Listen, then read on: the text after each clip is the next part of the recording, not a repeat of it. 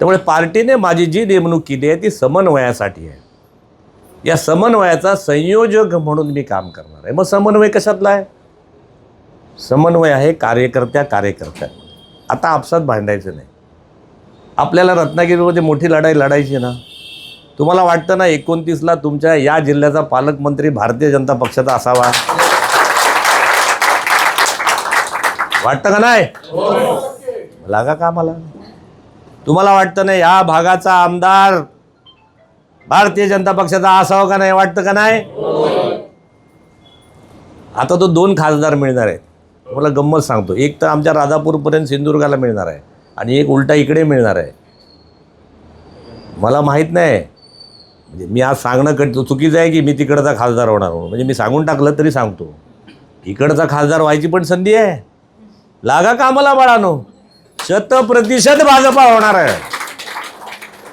तुम्ही म्हणाले कसं होईल? अरे पश्चिम बंगाल 100% झाली तर शिरा पडली, रत्नागिरी किती राहुली.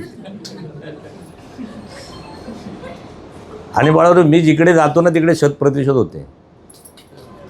मी सिंधुदुर्गात गेलो 100%, गोव्यात गेलो 100%, मुंबईत गेलो. त्यामुळे आता माझ्याकडे रत्नागिरी दिलेलं आहे. रत्नागिरीसुद्धा मला माहीत नाही, मी तिकडे गेलो राणेसाहेबांवर लढायला, तर राणेसाहेबच आमच्या झाले नाही, पुंडलिक वर्धे 100% होऊन गेला. त्यामुळे मला माहीत नाही तुमच्याकडे जे कोण कोण बाहेर बसलेत कुंपणावर कधी येतील काही सांगता येत नाही. तुम्ही खुर्ची सोडू नको. मी अनेक कार्यकर्त्यांना सांगतो, जुन्यांना सांगतो, नवीन लोकांचं स्वागत करा. नवीन लोक आल्याशिवाय आपण 100% होणार नाही. बाळांनो समजून घ्या. नवीन आलेल्या मंडळीचं स्वागतच झालं पाहिजे, त्यांचा सन्मानच झाला पाहिजे. आणि ते एकदा आपल्यात आले, आपल्याबरोबर वावरले की त्या मंडळींना कळतो अरे ही तर फार सुंदर पार्टी आहे, हे फार चांगली लोक आहेत, यांची विचारधारा निराळी आहे.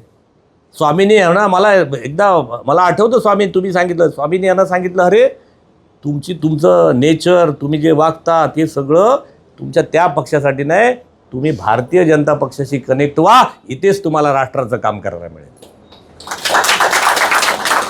टाइम्स डिजिटलला लाईक करा, शेअर करा, सबस्क्राईब करा आणि बेल आयकॉन दाबायला विसरू नका. Times digital.